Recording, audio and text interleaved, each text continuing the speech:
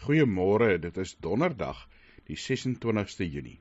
Vanoggend lees ons saam Handelinge 8, vers 6 tot 28. Hierna het hulle en Jesus en sy disippels verder gevaar na die land van die Geraseners, wat oorkant Galilea geleë is. Toe Jesus aan wal stap, het 'n man wat in die mag van demone was, om uit die dorp tegemoet gegaan. Hy het al vir 'n hele ruk nie meer klere gedra nie, ook nie in 'n huis gebly nie, maar tussen die rotsgrafte. Toe hy Jesus sien, het hy uitgeroep en voor hom neergeval en met 'n harde stem geskreeu: "Los my uit, Jesus, Seun van God die Allerhoogste. Ek smeek u, moet my nie pynig nie."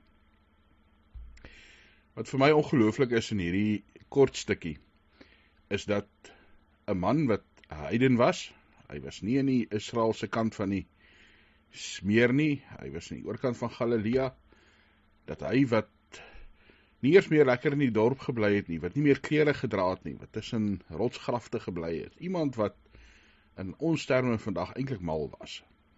Dis hy wat voor Jesus neerval en erken, weet wie hy is, Jesus, Seun van God. En dan vra hy vir Jesus, moet my nie pynig nie. Jesus het nie gekom om mense seer te maak nie. Jesus het nie gekom om te straf nie, maar om te bevry. Ja, hy het ons straf op sy skouers gedra.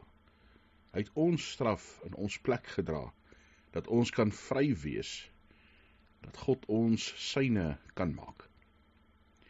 Die ironie is dat 'n klomp mense wat God se kinders was, Israel, nie vir Jesus erken het as seun van God nie.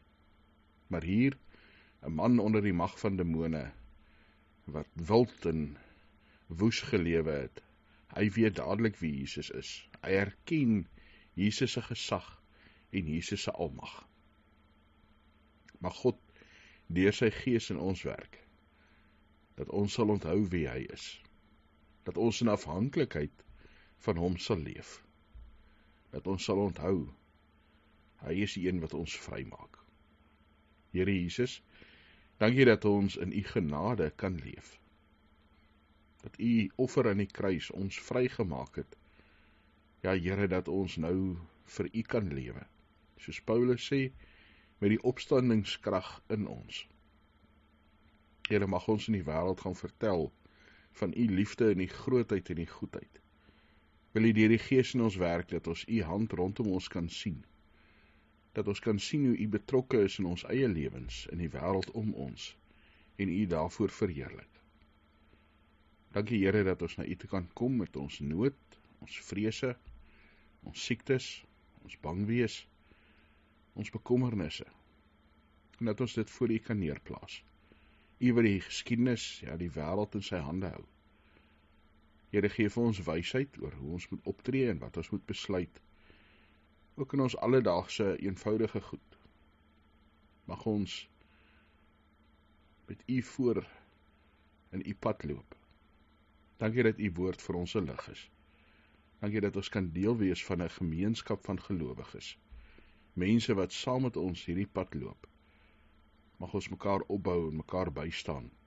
Saam u verheerlik. Ons bid dit in Jesus Christus se naam. Amen.